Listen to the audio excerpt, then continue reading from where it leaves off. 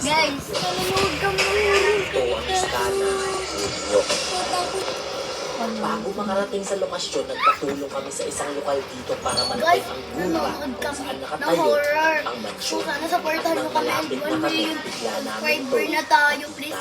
Guys, sana masuporta pa din kayo sa amin. So, ayan na nga. Sobrang bilis animoy trend sa Riles, pero hindi na namin pinansin, lalo pat andito na kami. Dito na ngayon tayo sa spot kung saan nakatayo ang haunted mansion. Dito siya sa likod ng Mansion? Kaya tara, Pumasok Mansion na daw, kami guys. habang Mansion daw! Kahit ako! Alaman kaya halos Kasi na sana makita sa guluma, hindi ba? Alis ka ba dyan?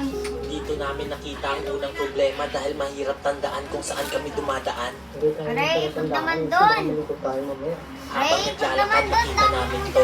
Ito yung mga tissue. Ibig sabihin ito yung mga palatandaan. Ray, huwag doon. Basta tandaan mo lang yung mga tissue. Habang papalapit, bigla kami may narinig na boses. Report ka na kasi.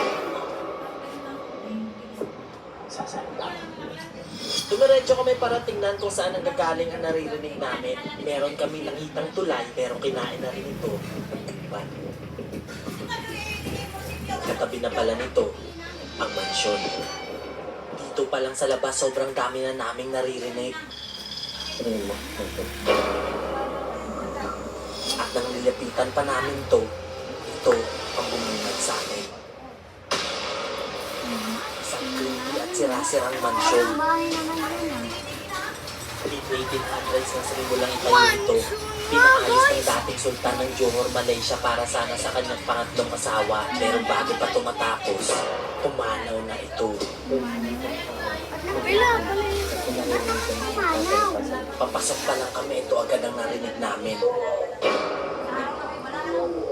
Kakaiba ang boses at ito'y nagre-ritual ang tunog niya. Puno na rin ang iba't ibang sulat ang bawat pader nila. Gusto mo nagsasalita. Dito pa lang kami sa... Baka may tangat ka Lalo pa na kung paggabi na guys. Nilipat na dapat kami, pero may bigla na lang. May dumaang puting anino sa harap namin. Sinundan namin saan ito papunta, Ikaw din nakita. pero bigla namin itong nakita.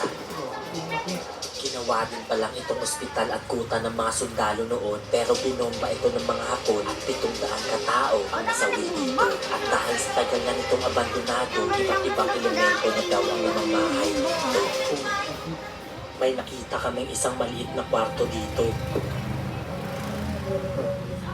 Meron ko na. Parang sunog na siya. Ang gamit Amoy sunog na gulong at merong abo.